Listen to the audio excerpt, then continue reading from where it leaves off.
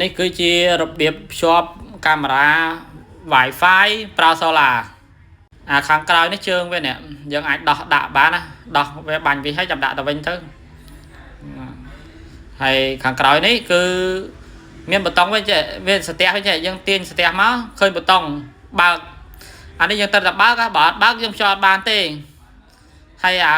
រុនខាងក្រោយនេះគឺរុនសម្រាប់ដោតខ្សែសូឡាតើដោតខ្សែហ្នឹងក៏អត់មានថា7វាចូលថ្មដែរអញ្ចឹងយើងបើកស្ទះហ្នឹងហើយយើងដោតទៅនេះគឺជារុនដោតរបស់វាខាងក្រោយដោតហើយជាប់បើស្ទះហ្នឹងឲ្យចិត្តវិញប៉ុណ្ណឹងគឺយើងស្រាច់មួយដំណាក់កាលបន្តទៀតស្ទះខាងលើគឺស្ទះដាក់ memory ហើយណា reset អញ្ចឹងការដាក់ memory យើងដាក់ពោះវាហ្នឹងបែរទៅរក board ដាក់ហើយយើងសកត់វាទៅហើយចង់ដកចេញយើងចុចទៅវា load មកវិញហើយតែយើងមិនអីត្រូវដកទេបន្តមកទៀតអានេះប៊ូតុង reset នេះយើងចុចវាឲ្យជាប់ប្រហែលជា5ទៅ7វិនាទីចឹងណាដកដៃចេញគឺកាមេរ៉ាហ្នឹងវា reset ហើយ reset រួចហើយយើងបិទស្ទះហ្នឹងឲ្យចិត្តវិញបិទវាឲ្យចិត្តបន្តមកទៀតយើងបិទចិត្តហើយយើងរងចាំបន្តិចទៅវាវិលតែយើង reset ហើយវាវិលមកជុំឆ្វេងស្ដាំឥឡូវក្រោមបន្តិចចឹងណាអាហ្នឹងវាស្វែមកជុំហើយវាស្វែហើយចាំយើងចុចភ្ជាប់បន្ទាប់ពី reset ហើយអស់យើងដំឡើងកម្មវិធីចូលវាយពាក្យ ICC ចុចវាមក download កម្មវិធីចូលលើទូរស័ព្ទដៃរបស់យើងហើយ open ហើយ allow មកអស់មើលឆ្វេងយកពាក្យ join agree and continue ដល់ណា allow មកវាស្នើសុំអីចេះតែ allow តាមវាមកដល់កន្លែងនេះគឺយើងត្រូវបង្កើតគណនីមួយសិនបង្កើត account ហើយអាវងម៉ូទុយនេះយើងត្រូវចុចបើកវាមកហើយយកពាក្យ register ហើយដាក់ email យើងដាក់ email របស់យើង email ដែលនៅក្នុងទូរស័ព្ទដៃដែលយើងមានហ្នឹងបន្ទាប់មកយើងដាក់ password ចំពោះ password មានអក្សរធំមានអក្សរទូចហើយមានលេខសរុបទាំងអស់បាន8ខ្ទង់ទៅបន្ទាប់មកយកពាក្យ next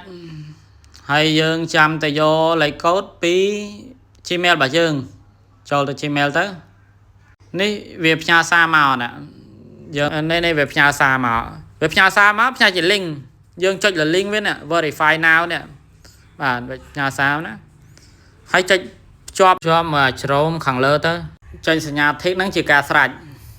យើងចូលកម្មវិធីវិញទៅយកពាក្យ login មកតែប៉ុណ្ណឹងការបង្កើតគណនីយើងគឺបានជោគជ័យហើយអស់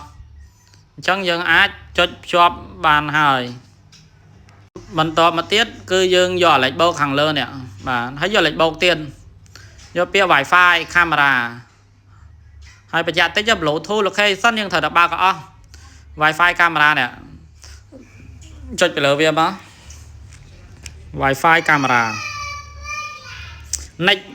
ហើយយើង next ទៀតកន្លែងនេះគឺយើងដាក់ password Wi-Fi របស់យើង Wi-Fi អានេះ Wi-Fi ទីតាំងផ្ទះខ្ញុំដល់បើយើងចេញ Wi-Fi របស់យើងចេញមកអញ្ចឹងយើងដាក់ password ទៅហើយយើងបើកភ្នែកដើម្បីឲ្យច្បាស់លាស់ថាត្រូវតើដាក់ password ខុសខ្ជាប់បានទេហើយចុច OK មកហើយអានេះយើងយក scan នៅពីមុខកាមេរ៉ាតែម្ដងនេះយើង scan បែបនេះយើង scan ចន្លោះពី2ទឹកកន្លះទៅ3ទឹកដាក់ឲ្យដកវាបន្តិចណាហើយកាន់អានឹងបន្តិចទៅវាចេញចេះរងចាំបន្តិចទៅភ្ជាប់បាន